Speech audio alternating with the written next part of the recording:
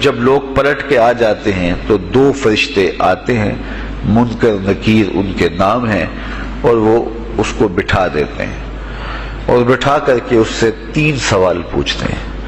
پہلا سوال یہ ہوتا ہے من ربک، تیرا رب کون ہے؟ اب کوئی مانے یا نہ مانے، رب تو سب کا اللہ ہی ہے۔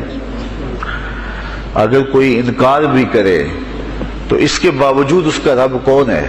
اس کا رب اللہ ہے۔ تو دنیا کے اوپر کوئی اقرار کرے یا انکار کرے، لیکن نفس الامر میں حقیقت میں اس کا رب اللہ ہی ہے۔ یہ تو حقیقت ہے، یہ تو طے شدہ ہے، لیکن جو عقیدہ دنیا پہ رہا ہوگا وہی عقیدہ اس کے لہجے میں آئے گا۔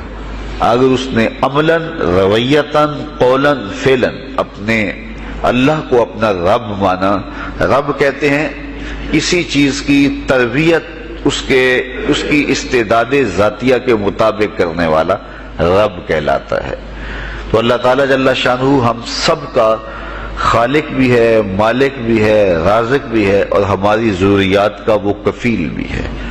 وہ ہمارا رب ہے، اور صرف ہمارا رب ہی نہیں ہے، رب العالمین ہے، پورے جہانوں کا رب ہے، پوری کائنات کا رب ہے۔ خالق بھی سب کا وہی ہے اور رب بھی سب کا وہی ہے۔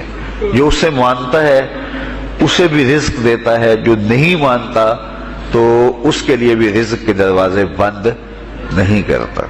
حضرت ابراہیم علیہ السلام کی عادت یہ تھی کہ جب تک کوئی مہمان نہیں آ جاتا تھا اتنی دیر تک کھانا نہیں کھاتے تھے۔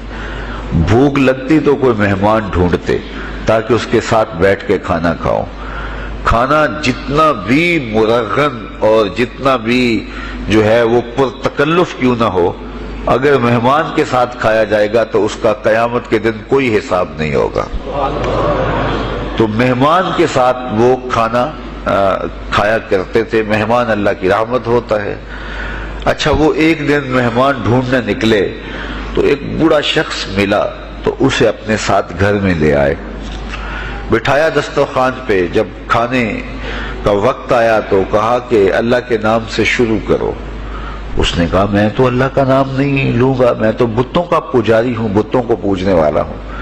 حضرت ابراہیم علیہ السلام نے کہا کہ تیرے ساتھ میرا تعلق کوئی کاروباری، کوئی ذاتی، کوئی اور تو ہے نہیں، میں رب کے لیے ہی تو تجھے کھلا رہا ہوں، اور اگر تو رب کا نام ہی نہیں لے گا تو پھر میرا تیرا رشتہ کیا باقی بچتا ہے؟ اس نے کہا میں چند لقموں کے لیے اپنے بتوں سے بے وفائی نہیں کر سکتا۔ وہ غالب نے کہا تھا نا کہ وفاداری بشرط استواری اصل ایمان ہے، مرے بت خانے میں تو کعبے میں گاڑو برہمن کو۔ اس نے اپنے انداز میں ایک بات کی تھی کہ وفاداری بڑی چیز ہوتی ہے، تو اس نے بتوں سے وفاداری کا بھرم رکھا۔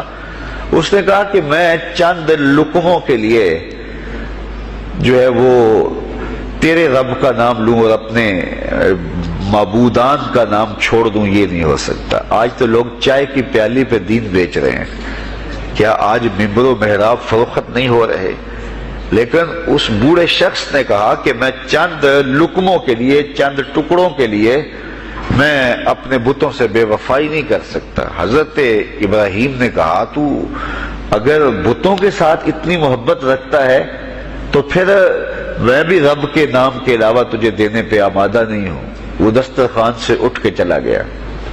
وہ چلا گیا تو جبریل امین حاضر خدمت ہوئے، رب کا سلام دیا، اے ابراہیم۔ رب سلام دیتا ہے اور فرماتا ہے تو نے آج میرا ایک بندہ ناراض کر دیا۔ یا اللہ، وہ تیرا بندہ تھا، اس کو تو تیرا نام لینا بھی گوارا نہیں تھا۔ کہا ابراہیم اس کی عمر کتنی ہوگی؟ یا اللہ 80 سال کے قریب ہوگی۔ کہا اتنا عرصہ ہو گیا میں اس کو رزق دے رہا ہوں، تو ایک دن نہیں کھلا سکا۔ اب ابراہیم علیہ السلام اس کو ڈھونڈنے نکلے ہیں۔ وہ کسی پہاڑ پہ چڑھ رہا تھا، دور سے آواز دیو میاں آ جاؤ، کھانا ٹھنڈا ہو رہا ہے۔ اس نے کہا تم تو بڑے سخت تھے، لہجے میں، رویے میں تبدیلی کیسے آ گئی؟ کہا کہ اسی رب کا پیغام آیا ہے کہ مجھے اتنا عرصہ ہوا اسے کھلاتے ہوئے، وہ مجھے نہیں بھی مانتا تھا، پھر بھی میں اس کی ضروریات کو پورا کرتا رہا ہوں، اور تم ایک دن نہیں دے سکے، تو آؤ کھانا ٹھنڈا ہو رہا ہے۔ کہا تیرے رب کا نام نہیں لوں گا، کہا نہ لینا، کہا اتنی تبدیلی، کہا اسی رب کا سندیس آیا ہے، اسی رب کا پیغام آیا ہے۔ کہا پھر کھانا بعد میں کھاؤں گا، پہلے اپنے رب کا مجھے غلام بنا لے۔ تو کوئی مانے اس کو بھی دیتا ہے، کوئی نہ مانے اس کو بھی دیتا ہے، بلکہ دنیا کے اوپر کافروں کو زیادہ دیتا ہے۔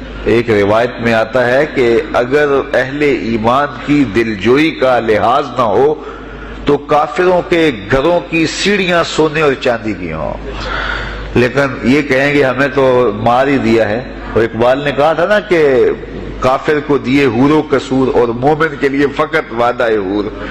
تو اس لیے ان کی دلجوئی ہے، ورنہ کافروں کو اتنا دور، چونکہ ان کا حصہ آخرت میں نہیں ہے، ان کا حصہ صرف دنیا ہے۔ دنیا پہ عیش کریں، دنیا پہ عیش و عشرت کی زندگی گزارے، دنیا ہی دنیا، آخرت میں ان کا کوئی حصہ نہیں۔ اور مومن کا آخرت میں حصہ ہے، اور دنیا کے اوپر جو تکلیفیں آتی ہیں ان تکلیفوں کا بدلہ اس کو قیامت کے دن دیا جائے گا۔ بلکہ صحیح حدیث میں آتا ہے کہ جب اہل بلا کو ان پر آنے والی مصیبتوں کا صلہ دیا جائے گا تو لوگ آرزو کریں گے کاش ہمارے بدن کو لوہے کی کینچیوں سے کاٹ دیا ہوتا، اور دنیا کے اوپر ہمیں بھی تکلیفیں، اذیتیں، آلام و مصائب آئے ہوتے۔ تو مومن جب اللہ کی طرف سے آنے والی کسی تکلیف کو خندہ پیشانی کے ساتھ قبول کرتا ہے اور اس پہ راضی رہتا ہے اور صبر کا دامن ہاتھ سے نہیں چھوڑتا، واویلا نہیں بچاتا، جزا فضا نہیں کرتا، تو اللہ تعالیٰ نے اس کے لیے اجر رکھا ہے۔ بلکہ رسول کریم نے ارشاد فرمایا مومن کے پاؤں میں جو کانٹا چبھے تو اللہ اس کا بھی مومن کو قیامت کے دن اجر عطا فرمائے گا۔ تو مومن کی زندگی جو ہے وہ بڑی خوبصورت زندگی ہے۔ تو دنیا کے اوپر جو اسے مانتا ہے اللہ اسے بھی عطا کرتا ہے، جو اس کا انکار کرتا ہے اللہ اسے بھی عطا کرتا ہے، اس لیے کہ اس کی شان ہے کہ وہ رب ہے اور وہ سب کا لحاظ کرتا ہے اور سب کی ضروریات کو پورا کرتا ہے۔ پھر ہر شخص کی ضروریات الگ الگ ہیں، میری ضرورت الگ ہے، آپ کی کوئی اور ضرورت ہوگی، اور سب کی ضرورت کا اس نے لحاظ رکھا ہوا ہے۔ پھر بہائم کی، چوپایوں کی، حشرات الارض کی، پرندوں کی مختلف ضروریات ہیں۔ اڑنے والوں پرندوں کی ضروریات الگ ہے، پانی کے جانوروں کی ضروریات الگ ہے، اس طرح حشرات الارض کی ضروریات الگ ہیں اور درندوں کی ضروریات الگ ہیں۔ یہاں تو ہم ایک آدھ کلو گوشت ہو تو گھر کے سارے افراد اس سے گزارا کر لیتے ہیں، لیکن شیر کو اور چیتے کو جو ہے وہ منوں کے حساب سے روزانہ چاہیے، رب ان کو روزانہ فراہم کرتا ہے۔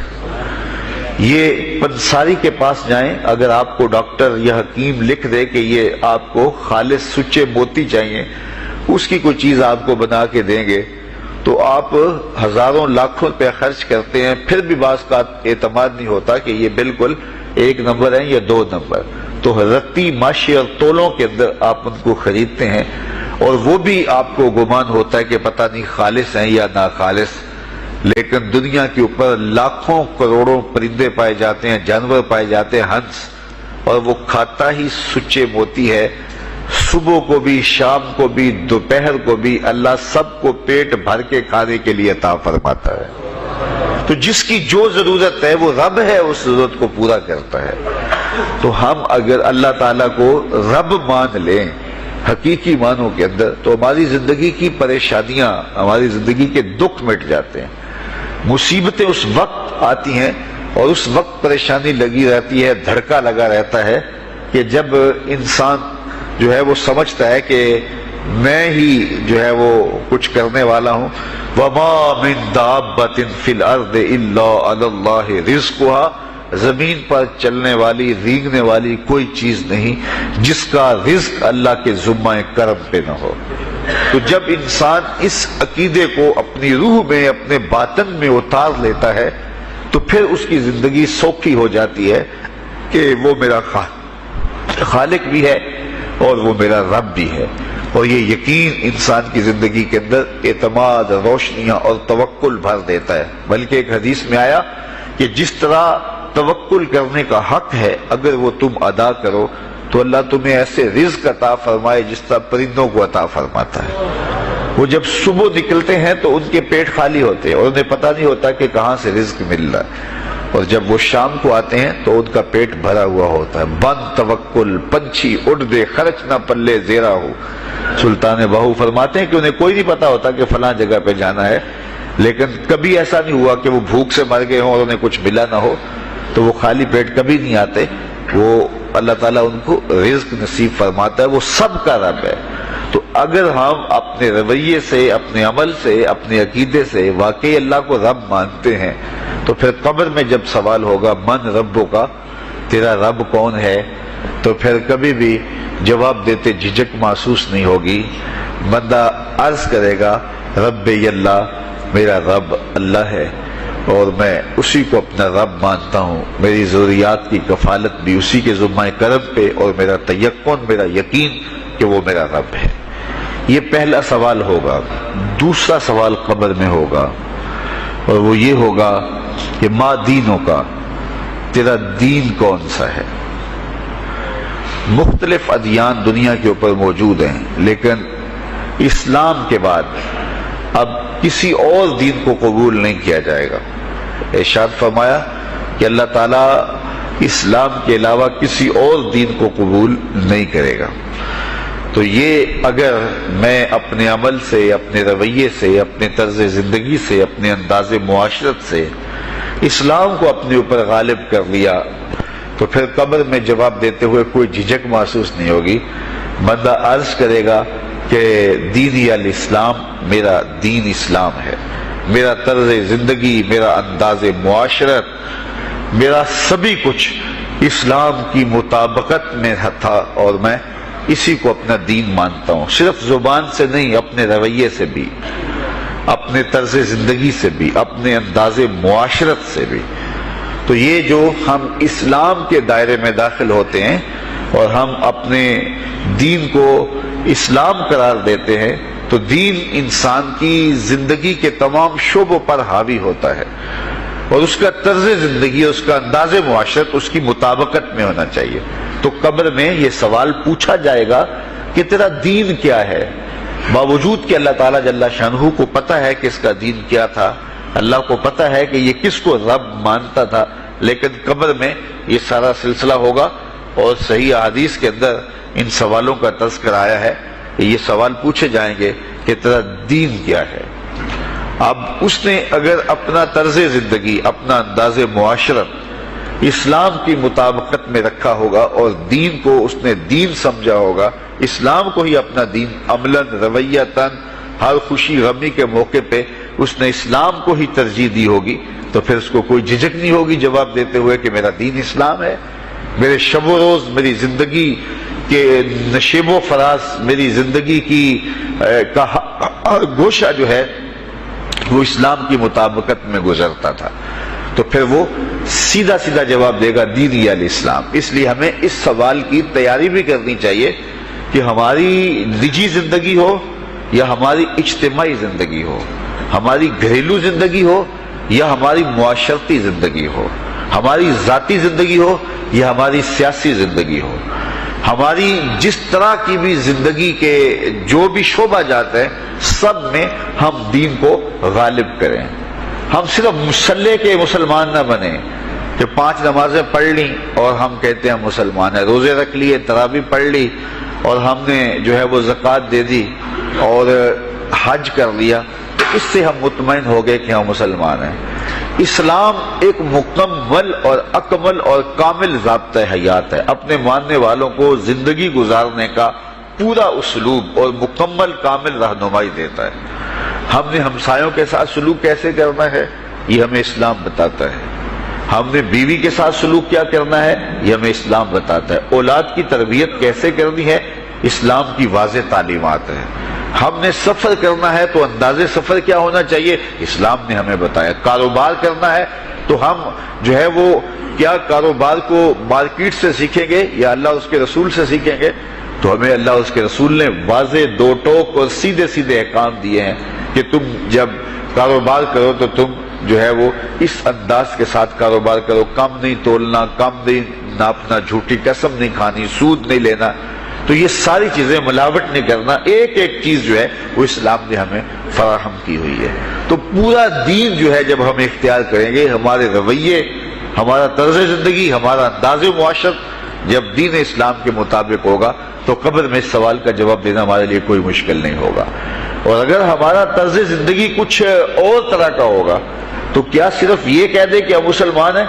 یہ تو پھر ایک کافر بھی کہہ سکتا ہے کہ میرا دین اسلام ہے، ایک منافق بھی کہہ سکتا ہے کہ میرا دین اسلام ہے، لیکن ایسا نہیں ہوگا۔ جو ہماری کیفیت قلب ہوگی قبر میں اس کا جواب اس کی مطابقت میں آئے گا۔ وہاں یہ دنیا کے معاملے یا دنیا کی یادداشتیں نہیں ہوگی، وہاں کیفیت قلب کے مطابق جواب دیا جائے گا۔ یہ کافر جواب نہیں دے سکے گا کہ میرا رب اللہ ہے، کیونکہ وہ عمل سے رویے سے اس کو اپنا رب نہیں مانتا ہے، تو حقیقتاً تو اس کا رب اللہ ہے لیکن وہ یہ جواب نہیں دے پائے گا۔ اسی طرح جو شخص اپنے طرز زندگی کے اندر اسلام کو داخل نہیں کر چکا ہے اور اسلام کو اس نے اپنا ہادی رہنما نہیں بنایا ہے تو وہ قبر میں سوال کا جواب کیسے دے سکے گا کہ میرا دین اسلام ہے، چونکہ اس کا رویہ، اس کا طرز زندگی اور اس کا انداز معاشرت ایسا نہیں رہا ہوگا۔ اس لیے ہمیں اپنی زندگی کے شب و روز کو اسلامی تعلیمات کے سانچے میں مکمل اور کامل طور پہ ڈھالنا ہوگا تاکہ جب قبر میں سوال ہو تو ہم جواب دے سکیں کہ ہمارا دین اسلام ہے۔ تیسرا سوال جس پہ فیصلہ ہو جائے گا اور اس کے بعد قبر میں یا جنت کا دروازہ کھول دیا جائے گا یا جہنم کی کھڑکی کھول دی جائے گی، وہ سوال تیسرا کیا ہوگا؟ اور وہ سوال بھی عقیدے کا ہے، بلکہ بخاری شریف کی ایک روایت کے مطابق 3 سوال نہیں ہوں گے، ایک ہی سوال ہوگا اور وہ یہ تیسرا سوال ہوگا۔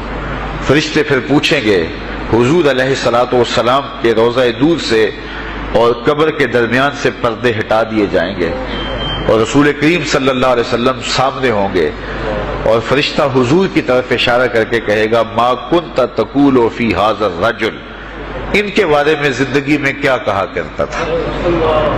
یہاں یہ نہیں ہے کہ تو نے کیا کہا تھا یا اب کیا کہتا ہے۔ جب مضارع کے اوپر کانا یا جو ہے وہ کانا کے مشتقات داخل ہوں تو پھر وہ ماضی استمراری کا جو ہے وہ معنی دیتا ہے۔ تو ما کنت تقول کا معنی یہ ہے کہ تو کیا کہا کرتا تھا، تیرا لہجہ کیا تھا، تیری زبان کیا تھی، ان کے بارے میں تیری رائے کیا تھی، تو کیا بولا کرتا تھا، کیا کہا کرتا تھا۔ تو یہ حضور علیہ الصلوۃ والسلام سامنے ہوں گے اور یہ سوال پوچھا جائے گا۔ اب ابو جہل سے پوچھا جائے گا، ما کنت تقول فی ھذا الرجل، تو وہ کہے گا ہے ہاتھ لا ادری، ہائے افسوس میں نہیں جانتا یہ ہیں کون۔ ابو لہب سے پوچھا جائے گا، وہ کہے گا ہے ہاتھ لا ادری، ہائے افسوس میں نہیں جانتا یہ کون ہے۔ اچھا جانتا نہیں تو پتھر کس کو مارتا تھا، جانتا نہیں تو گڑے کس کی راہوں میں کھدواتا تھا، جانتا نہیں تو اوجریاں کس کے اوپر ڈلوایا کرتا تھا۔ آنکھیں پھاڑ پھاڑ کے تو ساری زندگی دیکھتا رہا، لیکن آج ابو جہل قبر میں اترا، حضور کی صورت نورانی سامنے ہے اور پوچھا گیا کہ یہ کون ہے، یہ نورانی چہرے والے کون ہیں؟ تو ابو جہل کہتا ہے ہائے افسوس میں نہیں جانتا یہ کون ہے۔ اچھا جانتا نہیں تو پھر پتھر کس کو مارتا تھا؟ اللہ اکبر۔ اور 14 صدیاں گزرنے کے بعد ایک مومن لحد میں اترتا ہے اور پردے ہٹا دیے جاتے ہیں اور منکر نکیر سوال کرتے ہیں، عامر چیمہ بتا یہ کون ہے؟ وہ کہتا ہے پیچھے ہٹو، پہلے پائے ناز کو بوسہ تو کر لینے دو، میں تو مر کے پہنچا ہوں یہاں اس دل ربا کے واسطے، یہ تو میرے بخت جاگے کہ وہ میری قبر میں آئے۔ وہ کسی شاعر نے کہا نا کہ آئے وہ میرے مزار پہ گھونگھٹ اتار کے، آئے وہ میرے مزار پہ گھونگھٹ اتار کے، مجھ سے تو نصیب اچھے ہوئے میرے مزار کے، یہ تو بخت سنور گئے کہ وہ میری قبر میں آئے۔ شیخ عبدالحق محدث دہلوی علیہ رحمہ لکھتے ہیں کہ جب سے یہ سنا ہے کہ قبر میں حضور آئیں گے، پتہ نہیں موت کہاں مر گئی ہے، جی چاہتا ہے زندہ ہی قبر میں چلے جائیں۔ تو وہ کہے گا پہلے مجھے پائے ناز کو بوسہ تو کر لینے دو، میں تو زندگی کے بھر میں انتظار ان کا کرتا رہا اور ان کے بارے میں پوچھ رہے ہو یہ کون ہے؟ ساری زندگی پیر مہر علی شاہ نقشہ بتاتے رہے، مکھ چند بدر شاہ شانی ہے، متھے چمک دی لاٹ نورانی ہے، کالی زلف تے اکھ مستانی ہے، مخمور رکھی ہند مد بھریاں۔ تو وہ فوراً جواب دیتا ہے یہ تو وہی میرے آقا و مولا ہیں جن کے لیے ساری زندگی تڑپتا رہا اور ان کی زیارت کی آرزوئیں اور تمنائیں کرتا رہا۔ اچھا ابو جہل ساری زندگی دیکھتا رہا تو وہ تو جواب نہیں دے پائے گا، وہ کہتا ہائے افسوس میں نہیں پہچانتا یہ کون ہے، ہاتھ لا ادری، مجھے نہیں پتا، اور 14 صدیاں گزرنے کے بعد ایک مومن لحد میں اترتا ہے تو وہ فوراً کہتا ہے یہ تو وہی ہیں جن کے لیے زندگی گزار آیا ہوں. تو جس نے دیکھا تھا وہ پہچان نہیں سکتا، اور صدیوں بعد جو دنیا کے اوپر آیا وہ فوراً پہچان بھی رہا ہے اور پائے ناز کو بوسے بھی کر رہا ہے.